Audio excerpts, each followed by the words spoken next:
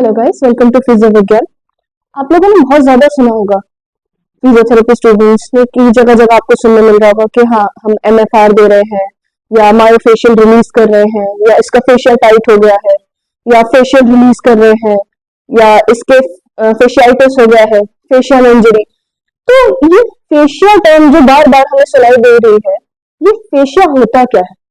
What is fascia और myofascia as we most commonly call it?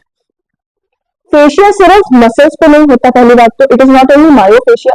जो muscles के ऊपर फेशिया रहता है उसको मायोफेशिया कह दिया जाता है ना।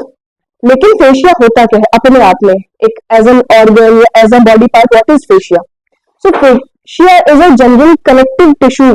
आपकी बॉडी का एक जनरल कनेक्टिव टिश्यू का कवरिंग है। जैसे हमारी स्किन होती है, स्किन के जस्ट नीचे फेशिया प्रेजेंट होता है। ये भी कनेक्टिव टिश्यू का कवरिंग है, ठीक है, जो कि आपके सारे के मतलब स्किन तो क्या है कि आपकी बॉडी के सिर्फ ऊपरी भाग पर रहेगी, ऊपर रहती है, लेकिन फेशिया जो है वो आपकी स्किन के नीचे कनेक्ट करेगा, ठीक है।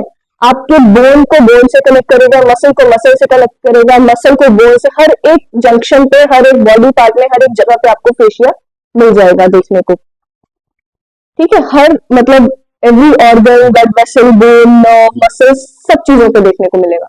अब फेशिया अगर आप देखना चाहें कि होता कैसा सा है, अगर आपने सोचा होगा कभी कि आपने गम हाथ में, डेंड्राइट टाइप के हाथ में लेकर के दो चिपका के इस तरह से आप उसको रिलीज करोगे तो जाली जाली सी बनती है, राइट?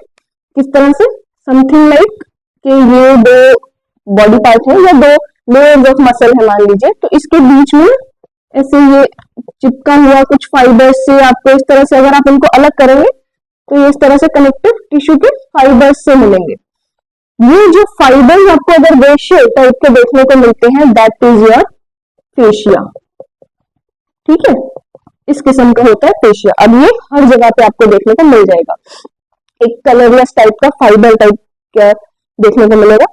इसके कुछ टाइप्स होते हैं, वैसे तो 4 टाइप्स होते हैं, सुपरफिशियल, डीप, विसरल और पैराइटल। लेकिन मेजरली जो सुपरफिशियल और डीप टाइप ऑफ फेशिया है उनके बारे में पढ़ेंगे। सुपरफिशियल फेशिया क्या होता है? ये आपकी स्किन के जस्ट नीचे प्रेजेंट होगा, ठीक है।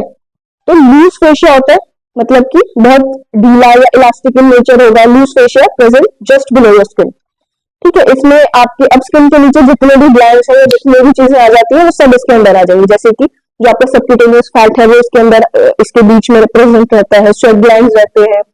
सबक्यूटेनियस अगर मसल्स हैं कोई सुपरफिशियल वो रहेंगी, लिम्फ नोड्स रहेंगे, प्रेजेंट हो सकते हैं सुपरफिशियल फेशिया में। ऐसे ही क्या होता है कि ये आपकी जो नर्व मोटर एंड प्लेट्स होती हैं, जो नर्व इंसर्ट करती हैं आपकी स्किन में आकर के, उन एंड प्लेट्स को भी स्पेस देता है आपकी स्किन में पहुंचने के लिए। मतलब कि ये सुपरफिशियल फेशिया से होकर के स्किन तक पहुंचती है आपकी मोटर एंड प्लेट्स से नर्व्स, ठीक है। ये बहुत ही मतलब कहाँ कहाँ पे प्रेजेंट रहता है? प्रेजेंट सारी जगह रहेगा, लेकिन dorsal part of hand, feet या फिर आपके फेस में बहुत ज्यादा थिन रहता है। क्यों? क्योंकि सुपरफिशियल स्किन ही यहाँ की बहुत थिन रहती है। इसके बाद अगर आप पाल्पेट करके देखें तो बहुत ही डीप जाने की जरूरत नहीं है, यहाँ पे मसल या ऑर्गन्स कुछ प्रेजेंट नहीं है, सीधे बोन आ रही है ना, तो बहुत ही थिन रहता है। पाम्स में, स्कार्फ पे देखिए तो ये सुपरफिशियल फेशिया जो है काफी थिक रहेगा यहाँ पे, ठीक है। अब आ जाते हैं डीप फेशिया की तरफ। डीप फेशिया क्या है? आपके सुपरफिशियल फेशिया के नीचे, मतलब कि अगर हम मान लें कि ये जो है ये स्किन है ना, तो यहाँ पे पहले थोड़ा सा लूज कनेक्टिव टिश्यू प्रेजेंट होगा जो कि आपका सुपरफिशियल फेशिया होगा। फिर यहाँ पे थोड़ा सा डेंसली पैक्ड एकदम कनेक्टिव टिश्यू प्रेजेंट होगा, that would be your deep fascia, ठीक है। ये लूज नहीं होता है, इलास्टिक नहीं होगा, इनइलास्टिक इन नेचर होगा। इसमें फैट प्रेजेंट नहीं होता, मतलब कि जो आपका सबक्यूटेनियस फैट है वो ऊपर वाले सुपरफिशियल फेशिया के लेयर में प्रेजेंट होगा, डीप फेशिया में नहीं होगा। ये थोड़ा टाइट, टफ, स्टिफ रहता है, ठीक है, और इसमें फैट की प्रेजेंस नहीं होती। ये नेक और काफ के अराउंड ज्यादा देखने को मिलता है, ये बहुत ही ज्यादा डेवलप्ड है। क्यों? क्योंकि हमारी नेक और काफ ऐसी चीजें हैं या ऐसी मसल्स है, ऐसा एरिया है जो कि आपको अपराइट स्टैंडिंग में या किसी भी मोशन में बहुत ज्यादा हेल्प करता है। अगर आपने बायोमेकेनिक्स में मूवमेंट पढ़ी होगी तो उसमें क्या है कि हमारा जो हेड ऑन बॉडी या बॉडी ऑन बॉडी मूवमेंट है, हेड ऑन ट्रंक, ट्रंक का मूवमेंट, आप फॉरवर्ड बेंडिंग, बैकवर्ड बेंडिंग कुछ भी करें तो अगर आपका ट्रंक मूव करे उसके साथ ही साथ आपका हेड एक अलाइंड मोशन में जाना चाहिए। उसके लिए आपकी मसल्स बहुत ज्यादा स्ट्रांग होनी चाहिए लेग की, राइट? तभी उसको भी एक स्ट्रेंथ प्रोवाइड करने के लिए वहां का फेशिया भी बहुत अच्छे से डेवलप होता है। साथ ही साथ अगर काफ की बात करें तो calf is known as the second heart of your body, right? तो वहां पे जो पंपिंग एक्शन होता है वापस से हार्ट की तरफ ब्लड का, उसके लिए भी काफी टाइट और अच्छा वेल डेवलप्ड फेशिया आपको देखने को मिलता है। फेस फेस में ऑब्वियसली मसल्स है लेकिन बहुत ज्यादा नहीं है, फैट पाया जाता है, तो सुपरफिशियल जो फेशिया है वो आपको देखने को मिलेगा थोड़ा बहुत, बट डीप फेशियल नहीं देखने को मिलता क्योंकि इतना ज्यादा स्ट्रेंथ की जरूरत नहीं है आपके फेस में, ठीक है? एब्डोमेन में डीप फेशिया बहुत कम पाया जाता है, इसीलिए जो कोर की स्ट्रेंथनिंग एक्सरसाइजेज है या कोर का स्ट्रेंथ को मेंटेन करना, स्टेबिलिटी को मेंटेन करना बहुत ज्यादा जरूरी होता है। बार बार आप फिजियोथेरेपिस्ट से सुनेंगे या किसी भी एक्सरसाइज प्रिस्क्रिप्टर से या कहीं आप अपने जिम के ट्रेनर से सुनेंगे तो वो बोलेंगे कि हाँ अपने कोर पे फोकस करिए, कोर पे फोकस करिए। क्यों? क्योंकि उसको स्टेबिलिटी प्रोवाइड करने के लिए वहां पर डीप फेशियल जो है बहुत ज्यादा प्रेजेंट नहीं है। तो आपको अपनी मसल्स को इतना स्ट्रांग करना पड़ेगा कि आपकी बॉडी जो है एक ऑप्टिमल लेवल पे फंक्शन कर पाए, ठीक है? अगर आपकी मसल्स जरा सी भी वीक हुई तो उससे क्या होगा, आपके पीआईडी के रिस्क बढ़ जाएंगे, एब्डोमिनल हर्निया के रिस्क बढ़ जाएंगे, वाइनल हर्निया के रिस्क बढ़ जाएंगे, फीमेल्स में जो प्रेगनेंसी होती है तो सी सेक्शन के चांसेस बढ़ जाते हैं, ठीक है? तो ये सारी चीजें आपको ज्यादा देखने को मिलेंगी क्योंकि वहां पे डीप फेशिया जो है वो वेल डेवलप्ड नहीं है, तो आपको मसल्स को स्ट्रांग करना पड़ेगा। ये इसका एक क्लिनिकल इम्प्लीकेशन है। साथ ही साथ मसल्स से या डीप फेशिया जो है कई जगह पर आपके मसल्स के साथ एक कंटिन्यूटी में फॉर्म करके बैंड्स भी फॉर्म करते हैं। जैसे अगर आपने देखा होगा आईटी बैंड, टेंसर फेशिया लता जो है वो भी फेशिया है जो कि मिलकर आईटी बैंड फॉर्म करता है। तो ये इसके कुछ ये टाइप्स हो गए, ये इसके प्रॉपर्टीज हो गई, कैरेक्टरिस्टिक्स हो गए। अब हम आगे देखेंगे कि सुपरफिशियल और डीप फेशिया के इंडिविजुअली फंक्शन क्या है। कलेक्टिव फंक्शन तो फेशिया के हमें पता है, बट सुपरफिशियल और डीप के इंडिविजुअल क्या है या कलेक्टिव फेशिया के फंक्शंस क्या होते हैं या फिर क्लिनिकल इंप्लीकेशंस क्या होती है फेशिया की, उसके बारे में जानेंगे। अगर हम सुपरफिशियल फेशिया के फंक्शंस की बात करें तो ये स्किन को आपके बाकी के ऑर्गन्स, मसल या बोन्स के ऊपर मूवमेंट प्रोवाइड करने में हेल्प करता है, ठीक है? जैसे कि हमने पढ़ा कि ये हमारी स्किन है और फिर ये हमारा लूजली पैक्ड सुपरफिशियल फेशिया है, ठीक है? और फिर इसके नीचे हमारा थोड़ा ये डेंसली पैक्ड क्या आ जाता है, हमारा डीप फेशिया। अब इसमें ये लूजली पैक्ड है, इसीलिए इसके ऊपर मूव करना, अगर आप इमेजिन करें इसके ऊपर स्किन का मूवमेंट जो है वो इजी हो जाता है, इसीलिए मोबिलिटी प्रोवाइड करता है। अब इसमें एक चीज ध्यान रखने वाली है कि हम एमएफआर की बात करते हैं कि मायोफेशियल रिलीज कर दो, फेशिया टाइट हो गया, स्टिफ हो गया पोस्चर की वजह से, बट सबसे कॉमन कॉज जो फेशियल टाइटनेस का होता है वो होता है डिहाइड्रेशन। क्यों? क्योंकि ये लूजली पैक्ड है ना, ये बहुत ही एक तरह से इलास्टिक होता है, तो इसमें वाटर कंटेंट जो है बहुत ज्यादा पाया जाता है हमारे सुपरफिशियल फेशिया में।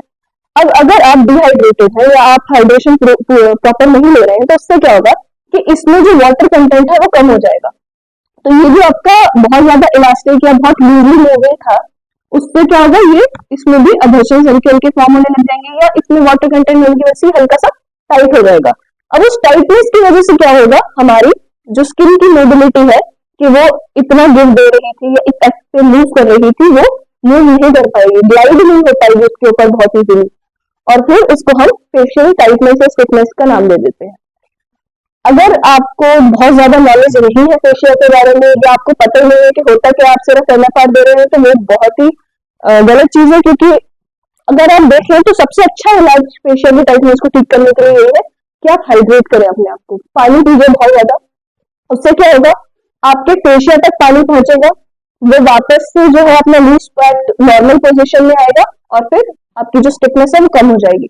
बहुत ज्यादा केसेस में ये भी देखा जाता है कि सिर्फ और सिर्फ हाइड्रेशन से ही फेशिया की टाइटनेस कम हो जाती है, ये बॉडी स्टिफनेस जो है वो कम हो जाती है। इसीलिए हम प्लेयर्स को या एथलीट्स को भी बहुत ज्यादा हाइड्रेट करते रहते हैं बार बार, ठीक है? साथ ही साथ हमने देखा कि फैट स्टोर होते हैं सुपरफिशियल फेशिया में, तो उन्हीं फैट स्टोर्स की वजह से क्या होता है, ये हीट को स्टोर करता है क्योंकि सबक्यूटेनियस फैट जो है वो हीट स्टोर करता है, ठीक है? ये डीप फेशिया और स्किन को जो है कनेक्ट करने का काम करेगा, एज अ कनेक्शन काम करता है दोनों के बीच में, क्योंकि ये इनके बीच का एक ट्रांजिशन पार्ट होता है। ठीक है, तो आपकी जो एक मूविंग स्किन है और आपका जो एक स्टिफ या स्टेबल डीप फेशिया है उसके बीच में ट्रांजिशन का काम करता है, राइट। अब डीप फेशिया के फंक्शंस पे आते हैं। तो हमारे जो भी अंडरलाइन ऑर्गन्स है या फिर हमारी मसल्स है, उन सबको, उन सब स्ट्रक्चर्स को एक पोजीशन में रखने का काम करता है। जैसे कि हमने अभी कोर की बात करी थी, तो हमारे कोर में हमने देखा कि हमारे कोर में जो डीप फेशिया है वो बहुत ही थिन है या वेल डेवलप नहीं है। तो उसकी वजह से क्या होगा कि हमारे जो अंडरलाइन स्ट्रक्चर, हमारे जो एब्डोमिनल स्ट्रक्चर्स है, उनके हर्निएशन के चांसेस बढ़ जाते हैं। अभी कैसे देखो, जैसे कि हमने एक बंडल ऑफ स्टिक्स लिया, ठीक है, उसके ऊपर अब वो वैसे का वैसे अगर हम रखेंगे तो it will fall out, right. लेकिन हम क्या करेंगे, अगर अगर उसके ऊपर एक सैरिंग रैप या प्लास्टिक रैप लगा देते हैं, वो क्या करता है, वो उसको एक जगह, एक बंडल में रखने का काम करेगा, वो उसको एक स्टेबिलिटी प्रोवाइड करता है। वैसे ही जो हमारा फेशिया है वो हमारे ऑर्गन्स को एक बंडल में स्टेबल रखने का काम करता है। अगर वो ना हो या ये सारे स्ट्रक्चर उसके अराउंड प्रेजेंट ना हो तो the organs will fall out या बाहर निकलने के चांसेस बढ़ जाते हैं। क्योंकि एब्डोमेन में हमारा फेशिया जो है वो थिन होता है, तो इसीलिए वो जो ऑर्गन्स है उस बंडल में से बाहर निकलने के या उसके फट के बाहर निकलने के चांसेस बढ़ जाते हैं। इसीलिए हम कहते हैं कि हमारे कोर की स्टेबिलिटी या कोर की एक्सरसाइजेस करना बहुत ज्यादा इंपॉर्टेंट हो जाता है हमारे हर्निएशन को प्रिवेंट करने के लिए। साथ ही साथ कोई भी मूवमेंट अगर हो रही है तो उसको सपोर्ट करने के लिए, ताकि हमारे ऑर्गन्स जो है वो बाहर को ना निकले, राइट। तो उसके लिए भी हमारे कोर एक्सरसाइज या कोर की स्टेबिलिटी मेंटेन करना बहुत जरूरी है। I am repeating this again and again. क्यों? क्योंकि ये आपके जितने भी आप वर्कआउट करते हो, जितनी भी एक्सरसाइज करते हो, इवन एक्सरसाइज में नहीं, जितने आप मूवमेंट्स करते हो थ्रू आउट द डे, आपकी एरियाज में आपका कोर पूरी तरह से एक्टिवेट नहीं हो पाता है, उसकी एक्सरसाइज नहीं हो पाती है, उसकी टाइटनेस नहीं हो पाती है, जिसकी वजह से फिर आगे चल के हमको या तो पीआईडी के चांसेस ज्यादा बढ़ जाते हैं या तो हर्निएशन के बढ़ जाते हैं, राइट। फीमेल्स में जो है सी सेक्शन के चांसेस बढ़ जाते हैं, क्योंकि उनकी कोर की स्ट्रेंथ इतनी नहीं होती कि वो बेबी को पुश आउट कर सके। दूसरा फंक्शन क्या है कि एक्स्ट्रा सर्विस प्रोवाइड करता है मसल अटैचमेंट के लिए। मतलब कि अगर मान लो कि हमारी किसी बोन के लिप पे अटैच होना था यहाँ पे, ठीक है, अब वो बहुत थोड़ी सी जगह है लेकिन हमारा मसल का टेंडन जो है वो ज्यादा है, तो क्या करेगा फेशिया, इसको प्रॉपर थोड़ा सा बाहर निकल के अटैचमेंट प्रोवाइड करता है। साथ ही साथ हम देखेंगे कि मॉडिफिकेशंस भी जो होते हैं तो इस तरह से वो टेंडन्स या लिगामेंट्स में भी एक ट्रांजिशन का काम करता है साथ में। अगर हमने पीछे अभी काफ की बात करी कि काफ में जो है काफी थिक फेशिया होता है, तो क्या होता है, एक पेरिफेरल हार्ट भी कहा जाता है उसको। तो वीनस और लिम्फेटिक रिटर्न जो ब्लड का या लिम्फ का होता है नीचे की तरफ हार्ट से, उसको वापस से हार्ट की तरफ पहुंचाने में काम करता है, उसकी हेल्प करता है। क्योंकि पंपिंग एक्शन, आप काफ की मूवमेंट करोगे तो पंपिंग एक्शन होगी, वो स्टिफ जो एक टाइट टू डीप फेशिया है वो भी साथ में पंप करेगा, मूव करेगा और रिटर्न में हेल्प करेगा। रेटिनोकुलम अगर हम देखें तो मॉडिफिकेशन में अगर हम पढ़ेंगे डीप फेशिया की, रेटिनोकुलम क्या होता है कि जो हमारी बोन्स है उसके ऊपर एक फेशिया की ऐसे कवरिंग सी होती है और बीच में गैप होता है, ठीक है, टनल प्रोवाइड करता है। अगर आपने फ्लेक्सर और एक्सटेंसर रेटिनोकुलम पढ़ा होगा, हमारे जो रिस्ट में फ्लेक्सर रेटिनोकुलम और एक्सटेंसर रेटिनोकुलम दोनों है, तो यहीं से अगर हम इसका एग्जांपल लेकर के बात करें तो यहीं से मीडियन नर्व निकलते हैं, यहीं पे कार्पल टनल सिंड्रोम भी होता है, राइट।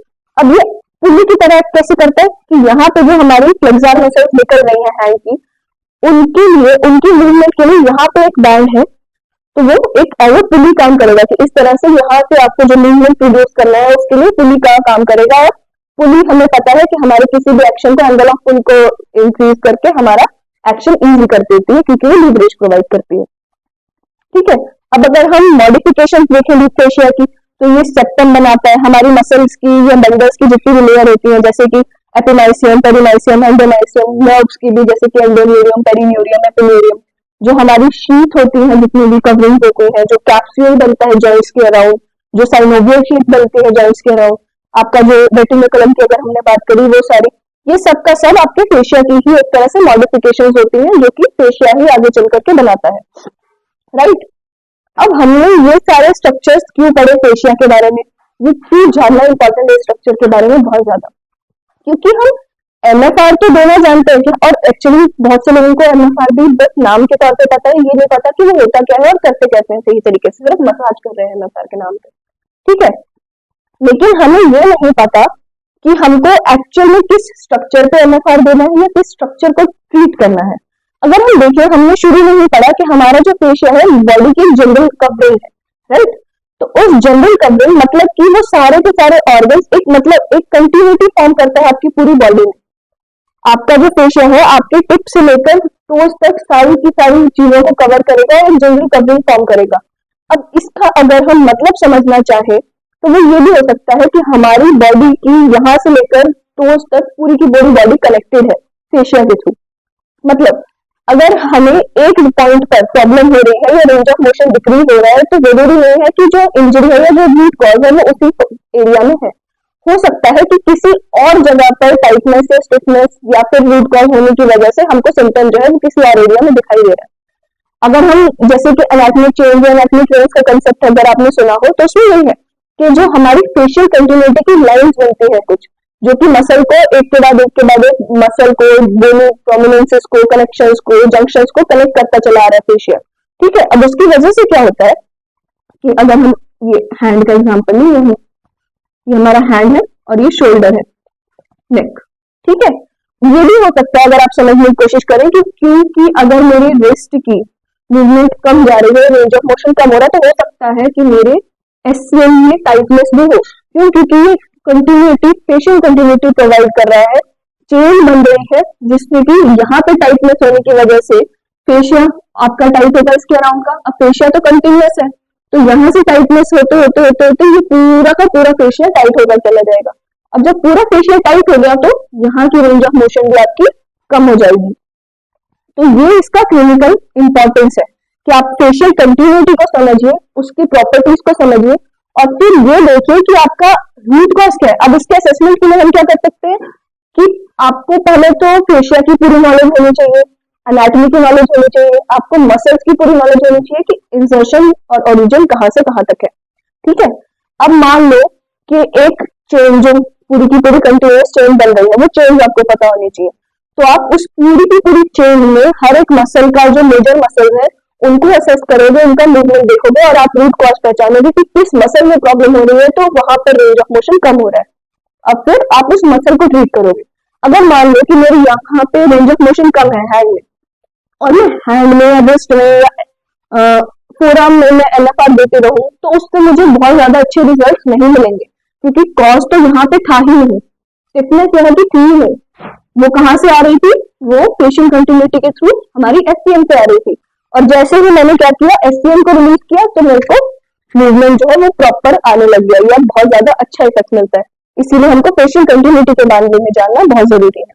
इसी तरह से अगर आपको और अच्छे से इसके बारे में पढ़ना है तो एनाटॉमिक ट्रेंस के बारे में अच्छे से जानिए, जो हमारी फेशियल लाइंस है, चेन्स है, superficial front line, back line या फिर जो लेटरल लाइन है, आर्म लाइंस है, चेन्स है, इन सब के बारे में आप समझ सकते हैं।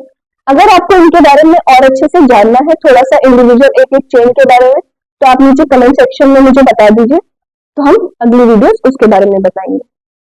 आई होप आपको ये सारी चीजें अच्छे से समझ में आ गई हो और अगर नहीं आई तो आप डाउट्स हमसे पूछ सकते हैं। Thank you.